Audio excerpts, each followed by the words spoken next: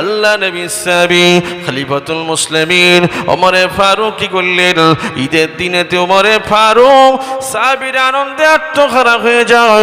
ওমরে ফারুক কিন্তু আনন্দে আত্মহারা হলো না। ও নওজোয়ান যুবকেরা, আব্বারা, তরুণীরা, ওমরে ফারুকের মতো জান্নাতি সার্টিফিকেট প্রাপ্ত সাহাবী ঈদের দিনেতে ঘরের দরজা জানলা বন্ধ করে দিয়ে কান্নাকাটি করতে লাগে। হযরত ওমরে ফারুকের কান্নার আওয়াজটা আল্লাহ নবী সাহাবী আবু হুরায়রার কানে চলে গেল। আল্লাহ নবী সাহাবী আবু হুরায়রা দরজা ঠুকতে লাগলেন। আসসালামু আলাইকুম। ও ভাই ওমরে ফারুক, এ খলিফাতুল মুসলিমিন, শুনে রেখে দাও, জেনে রেখে দাও, আজকের ঈদের দিন তো আনন্দের দিন। আপনি কেন ঈদের দিন, আনন্দের দিনে কেন কাঁদছেন? আজকে তো ঈদের দিন, আনন্দের দিন, ঠিক না বল? আমি আপনি বুঝতে পারেনি, আমি আপনি আনন্দে আত্মহারা হয়ে গেছে, কিন্তু কবরে যারা চলে গেছে তারা কাঁদছে। আল্লাহ, রমজান মাস তো আপনি আনন্দ দিলেন, আবার আযাব শুরু হয়ে গেল। ও সোনামণিকেরা, নওজোয়ান যুবকেরা, অর্ধ পৃথিবীর শাসক ছিলেন, ৩১ লক্ষ বর্গ মাইলের নেতা ছিলেন আমিরুল মুমিনিন খলিফাতুল মুসলিমিন হযরত ওমরে ফারুক কিনা কাঁদতে লাগলেন। ওই সময় দরজা যখন খোলা হয়ে গেল, দরজা খোলার পরেতে আমিরুল মুমিনিন বলতে লাগলেন, এই আবু হুরায়রা, আমি কেন কাঁদছি জানো না? আজকের ঈদের দিন ঠিক আছে, ঈদ তো ওই ব্যক্তির জন্য। আল্লাহ নবী বলেছিলেন, যে ব্যক্তি রমজান মাস পেল অথচ জীবনের গুনাহ মাফ করতে পারল না, সেই ব্যক্তির মতো হতভাগ্য কেউ নেই। এ আবু হুরায়রা, শোনো শোনো, আমি রাসূলুল্লাহ সাহাবী ওমরে ফারুক জানি না আল্লাহ পাক আমার গুনাহ খাতা মাফ করেছে কিনা, ওই জন্য আমি ওমরে ফারুক কাঁদছি। জোরে বলে সুবহানাল্লাহ। আমি ওমরে ফারুক ওই জন্যই তো কাঁদছিস। হযরত ওমরে ফারুক কেন কাঁদছে জানি না, ঈদের দিনে আমার গুনাহ মাফ হয়েছে কিনা। ও ভাই, আমার নবী বলছে, যে রমজান মাস পেল অথচ গুনাহ মাফ করতে পারলো না, তার মতো হতভাগ্য কেউ নেই, ঠিক না? তার মতো কপাল ফাটা কেউ নেই, আমার রাসূল বলছে।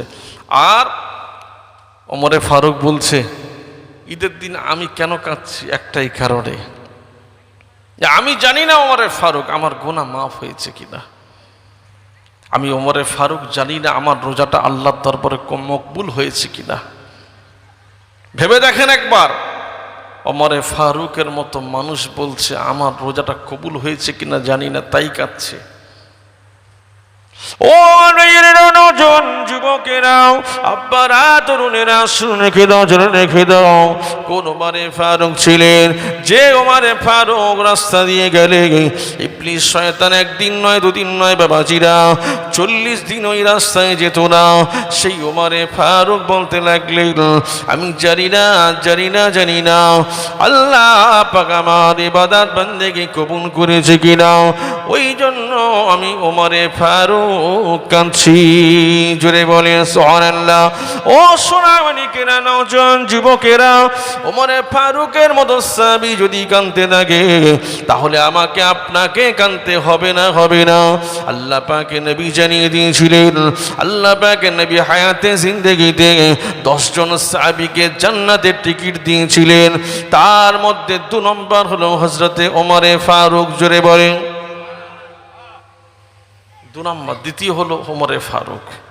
সেই ওমরে ফারুক কাঁদছে, তার মানে এর দ্বারা কি শিক্ষা পাওয়া যায়? আমাদেরও ঈদের দিন হাসির দিন নয়, ঠিক না ভুল? ঈদের দিন হলো পুরস্কারের দিন, ইয়ামুল জাইজা, পুরস্কারের দিন। কোন ব্যক্তিকে পুরস্কার দেবে? যে ব্যক্তির রোজাটা মকবুল হয়েছে। জোরে।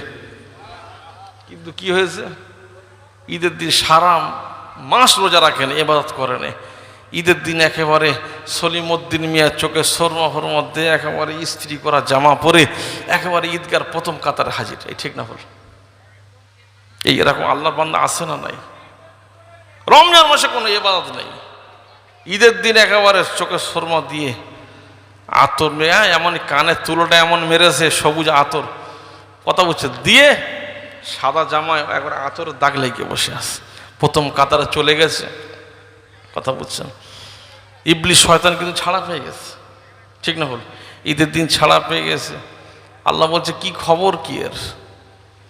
ফারিস্তারা হেসে হেসে বলছে আল্লাহ আজাজিল দেখবো না, এর দেখবো আমরা। কথা বুঝছেন না? ও আবার ঈদের নামাজ পড়ে চলে যাচ্ছে কোথায়? দীঘায় যাচ্ছে, বকখালি যাচ্ছে, গাড়ি সেটিং করে ফেলেছে। কথা বুঝছেন না? গাড়ি সেটিং করে ফেলেছে, চলে যাচ্ছে ঈদের না কোনো রকম। বছরে দুবার হাজির দেয়, দুটো ঈদে। এরকম আল্লাহর বান্দা আছে না নাই? জুমার নামাজে দেখা যায় না, 5 ওয়াক্ত নামাজ দেখা যায় না, রোজা করে না, ইবাদত করে না, হ্যাঁ, দুটো ঈদে কোনো রকম হাজির হয়ে যায়, মুসল্লি দাবি করে, মুসলমান দাবি করে। কথা বুঝছেন? জি না, আপনি মুসলমান নয়। আপনি কিসের মুসলমান? কবি বলছে লাইসাল ঈদু লিমান শারিবা কালা।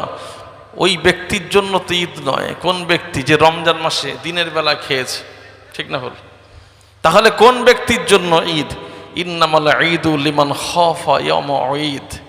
যে ব্যক্তি আল্লাহর সামনে কি নিয়ে দাঁড়াবে ভয় করে, সেই ব্যক্তির জন্য ঈদ। চলে লাইসাল ঈদু লিমান লাবিসাল জাদিদ। ওই ব্যক্তির জন্য ঈদ নয় যে ব্যক্তি ঈদের দিনে নতুন পোশাক পরেছে। ভালো করে বুঝবেন, ঈদের দিন নতুন পোশাক পরা সুন্নাত, ঠিক না হল? ঈদের দিন পরিষ্কার পরিচ্ছন্ন পোশাক পরা সুন্নাত। তবে কোন ব্যক্তির জন্য? যে ঈদের দিনে রমজান মাসটার ইবাদত করেছে তার জন্য, ঠিক না বল? এ সারা মাস রোজা করেন, এই ইবাদত বন্দি কোনো ধারধারি না।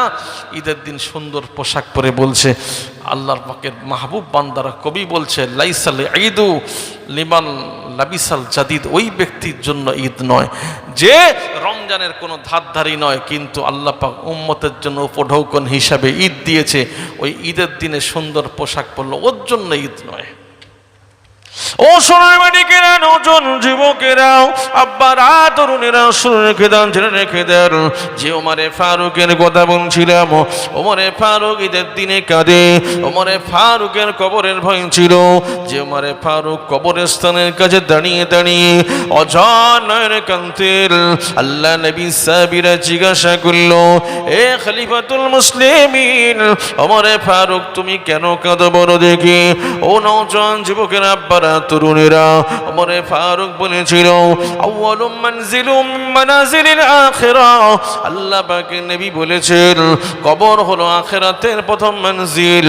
যে ব্যক্তি কবরে ধরা পড়ে যাবে সে ব্যক্তিটা হাসরে মিজানে পুলসিরাতে ধরা পড়ে যাবে। যে ব্যক্তিটা কবরে ছাড় পেয়ে যাবে সে ব্যক্তিটা হাসরে মিজানে পুলসিরাতে ছাড় পেয়ে যাবে।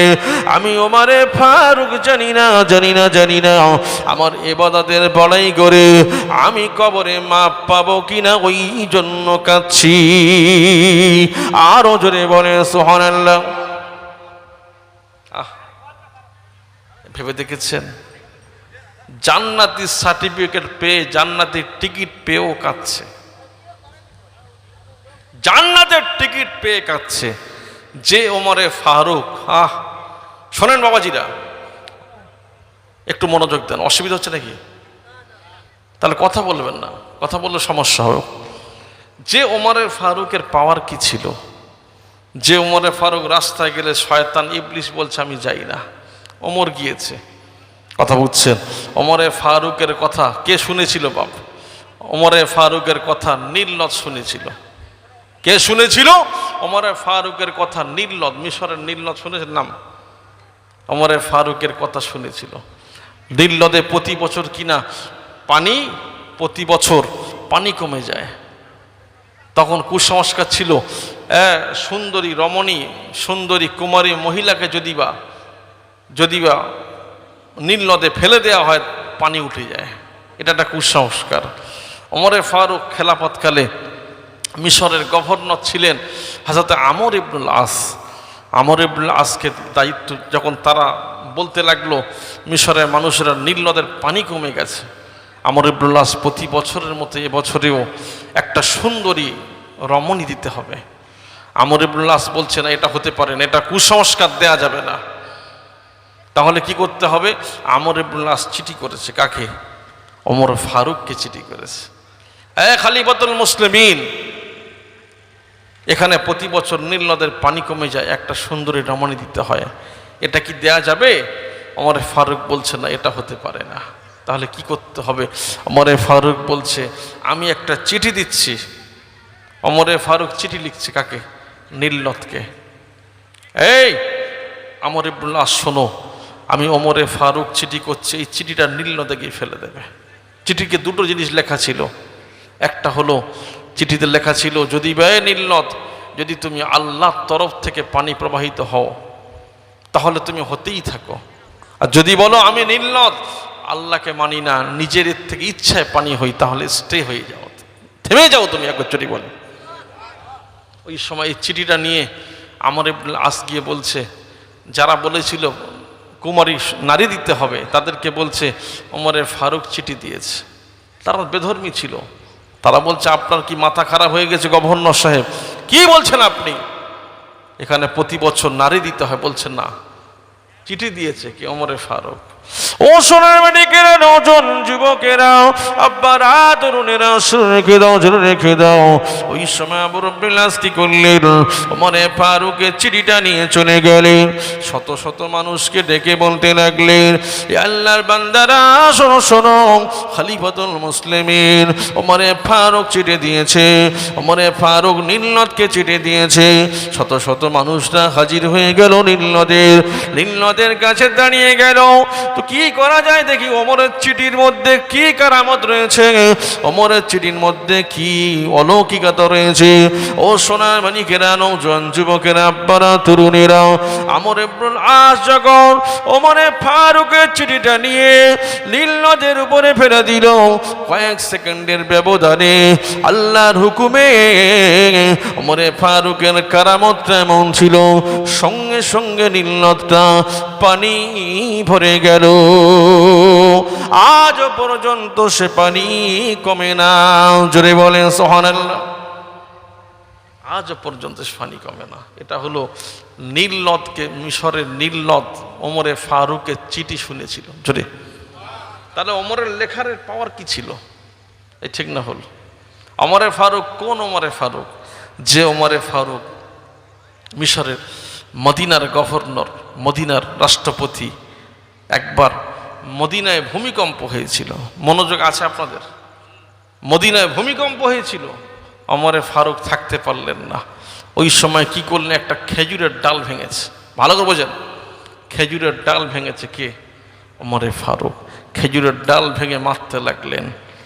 এই মদিনার মাটি, শোনো, তুমি কি ভেবেছো এখানে শাহে মদিনা শুয়ে রয়েছে, তুমি এখানে ভূমিকম্প হচ্ছ? ও সোনার মানিকেরা, নজন যুবকেরা, আব্বারা, তরুণেরা, শুনে রেখে দাও, জেনে রেখে দাও। যখনই ওই সময় খেজুরের ডালটা ভেঙে ওমরে ফারুক মদিনার মাটিকে মারতে লাগলো। এ মদিনার মাটি, তুমি কি জানো না, জানো না, জানো না এখানে শাহে মদিনা আমার নবী শুয়ে রয়েছে? তোমার সাহস কি করে হলো তুমি ভূমিকম্প হচ্ছ? ও নওজোয়ান যুবকেরা, আব্বারা, তরুণেরা, সঙ্গে সঙ্গে মাটির জবানটাকে আল্লাহ খুলে দিলেন। মাটি, মদিনার মাটি কথা বলতে লাগলেন। ও আমিরুল মুমিনিন, খলিফাতুল মুসলিমিন, শোনেন শোনেন, সরি, ভুল হয়ে গেছে।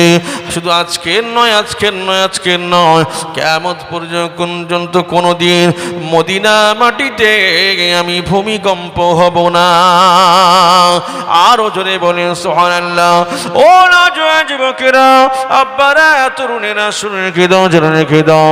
সেই ওমরকে, কবরকে ভয় করে, যে ওমরের কথা মদিনার মাটি শুনেছিল, যে ওমরের কথা মিশরের নীলনদ শুনেছিল, যে ওমরের কথা আসমান জমিন শুনেছিল, যে ওমরের চোখের পাওয়ারকে আল্লাহ এত বাড়িয়ে দিয়েছিলেন, 2000 কিলোমিটার দূরে কি রয়েছে সেই দেখার ক্ষমতাও আল্লাহ হযরতে ওমরকে দিয়েছিলেন।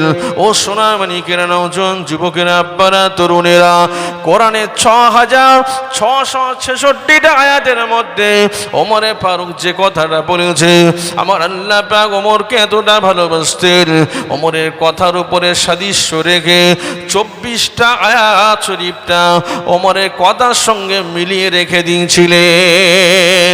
আরো জোরে বলেন সুবহানাল্লাহ। ওমর যা বলেছে হুবহু ওমরের কথার সঙ্গে তাল মিলিয়ে আল্লাহ কোরআনে 24টা আয়াত নাযিল করেছে। জোরে। সেই ওমর বলছে কবরকে ভয় করে। আমি আপনি ভয় করি? এই কথা বলছেন না। ও আমার ভাইজানেরা, নওজোয়ান যুবকেরা, আব্বারা, তরুণেরা, শুনে রেখে দাও, জেনে রেখে দাও, কবরকে ভয় করুন, কবরকে ভয় করুন, মরণের ভয় করুন, আখিরাতকে ভয় করুন। আপনার আব্বা আম্মা চলে গেছে বাবাজিরা, বাম্মার জন্য দোয়া করুন। ও নওজোয়ান যুবকেরা, আব্বারা, তরুণেরা, এই দুনিয়া আবার আপনার জন্য চিরস্থায়ী নয়, এই দুনিয়া আবার আপনার জন্য ক্ষণস্থায়ী। কবর নামে একটা জায়গা রয়েছে, সেটা হলো আখিরাতের প্রথম স্টেজ।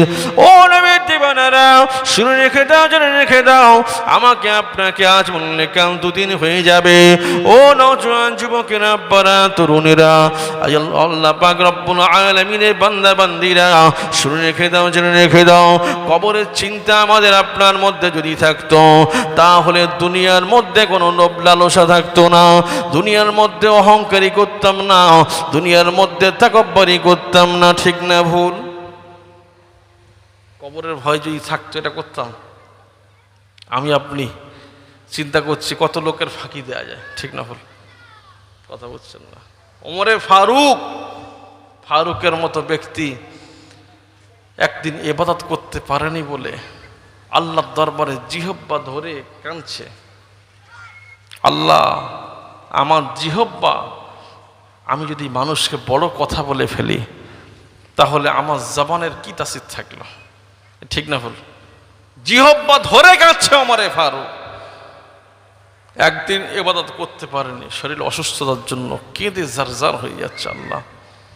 আল্লাহ আপনি তো আমার হাবিব জান্নাতের সার্টিফিকেট দিয়েছে আমাকে, কিন্তু আমি কি সত্যি জান্নাতের সার্টিফিকেট উপযুক্ত? এই ঠিক না ভুল? চিন্তা, কবরের চিন্তা তাকে থামিয়ে দিচ্ছে যে ওমরে ফারুক কেমন নেতা ছিলেন, রাতের অন্ধকারে মানুষের দ্বারে দ্বারে ঘুরতেন। এই ঠিক না ভুল? সে নেতা পাবেন আপনি?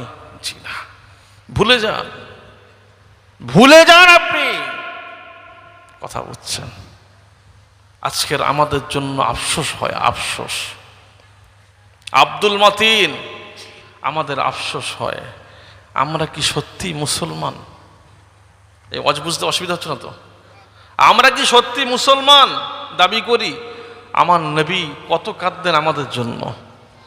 আল্লাহ আমার উম্মতকে আমার হাবিবের খাতিরে আমি আপনি শ্রেষ্ঠ উম্মত হয়েছি, কিন্তু সেই উম্মত আজকে দেখুন চিটিংবাজিতে মেতে আছে, সেই উম্মত সুদের সঙ্গে জড়িয়ে রয়েছে, সেই উম্মত ঘুষের সঙ্গে জড়িয়ে রয়েছে, সেই উম্মত জেনার সঙ্গে জড়িয়ে রয়েছে, সেই উম্মত জবানের হেফাজত করতে পারেনি। ঠিক না ভুল? আজ একরকম কথা, কাল একরকম কথা। কথা বুঝছেন? সে আলেম হোক, হাজি সাহেব হোক, পীর সাহেব হোক, গাজী সাহেব হোক, জানার দরকার নেই। ঠিক না ভুল?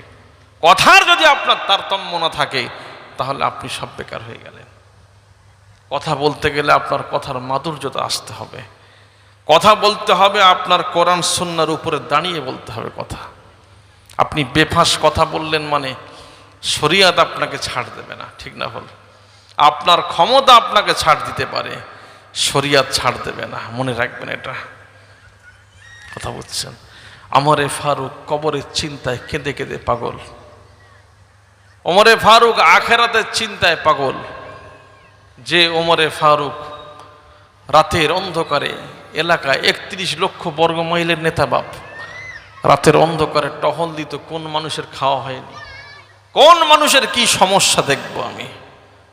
একদিন ওমরে ফারুক রাস্তায় হাঁটতে হাঁটতে হাঁটতে হাঁটতে পাহাড়ি অঞ্চলে যেতে যেতে দেখছে হঠাৎ করে একটা বাচ্চাদের কান্নার আওয়াজ ভেসে আসছে। ওমরে ফারুক পৌঁছে গিয়েছে সেখানে।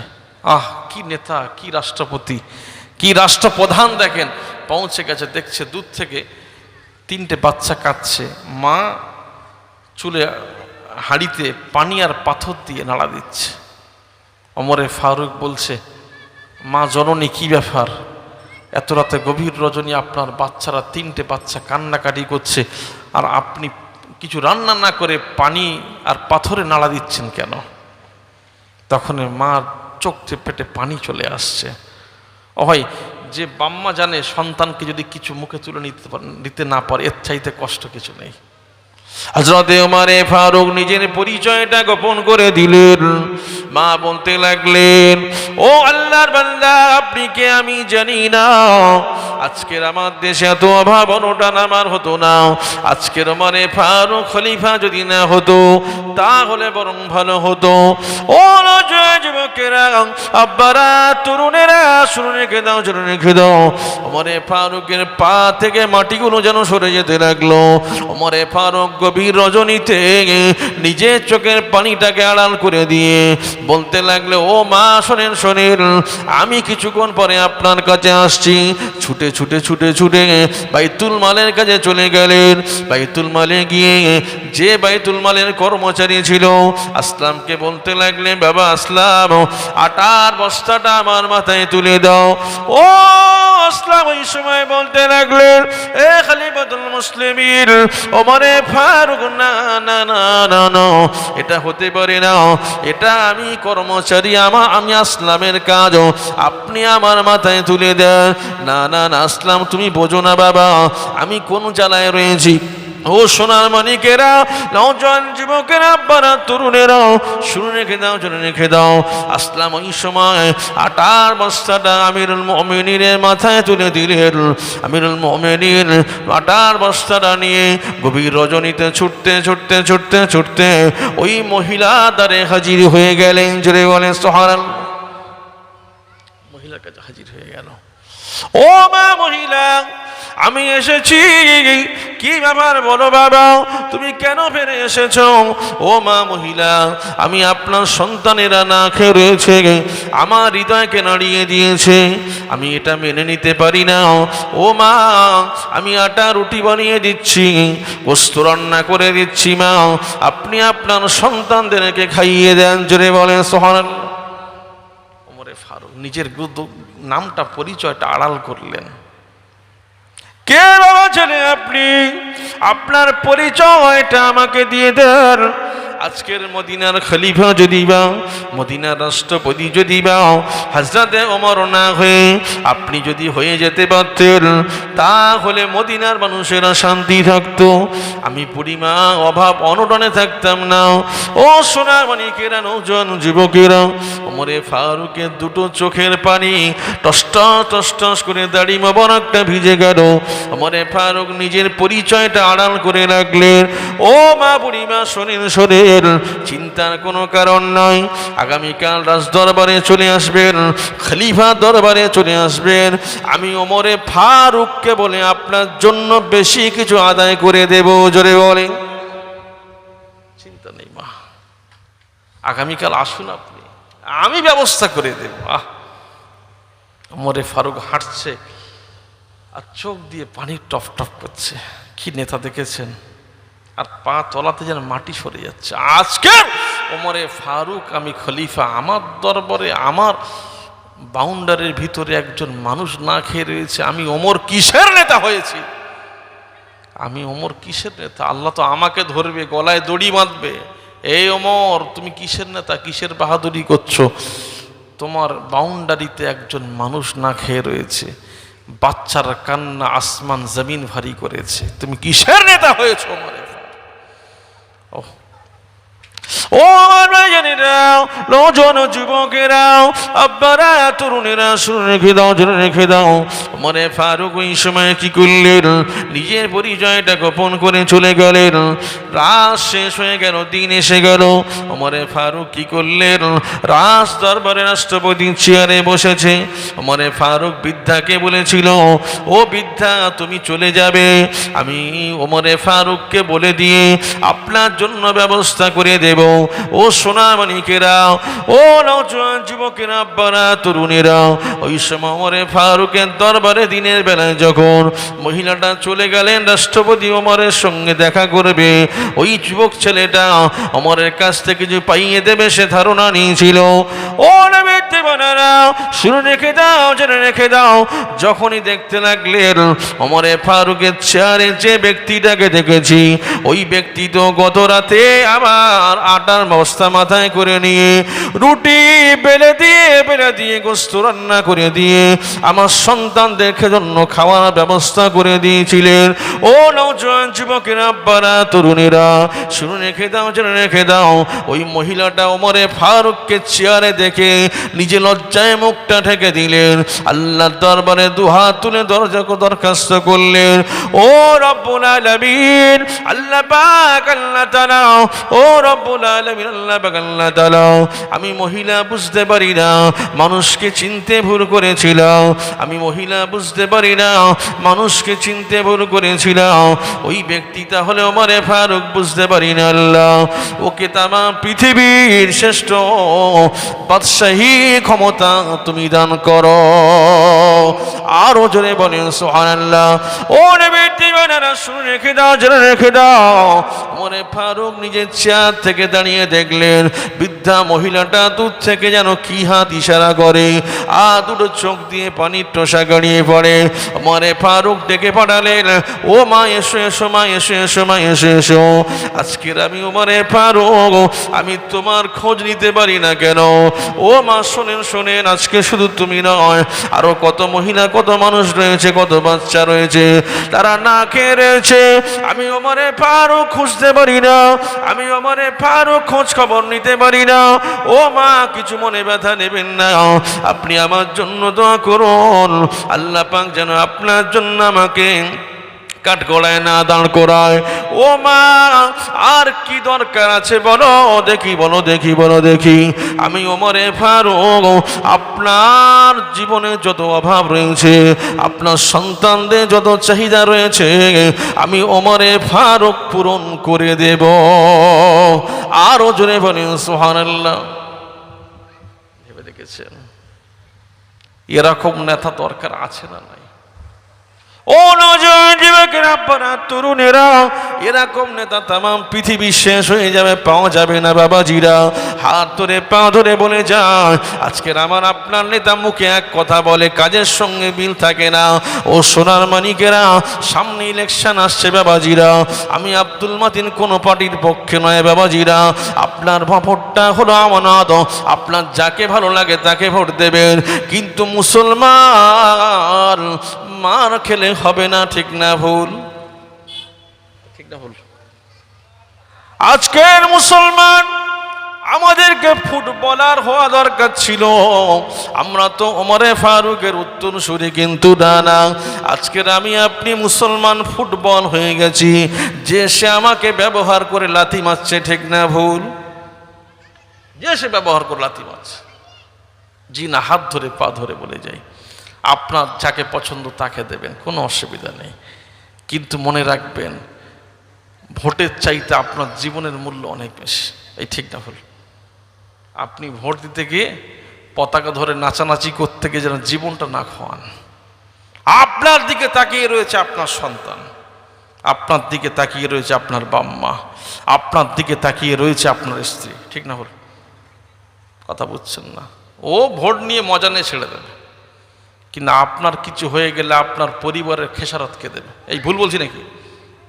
কথা বলছি, আপনার ছেলে এতিম হয়ে যাবে, আপনার বিবি বিধবা হয়ে যাবে, আপনার বৃদ্ধ বাবা মা আপনার অপেক্ষায় আছে।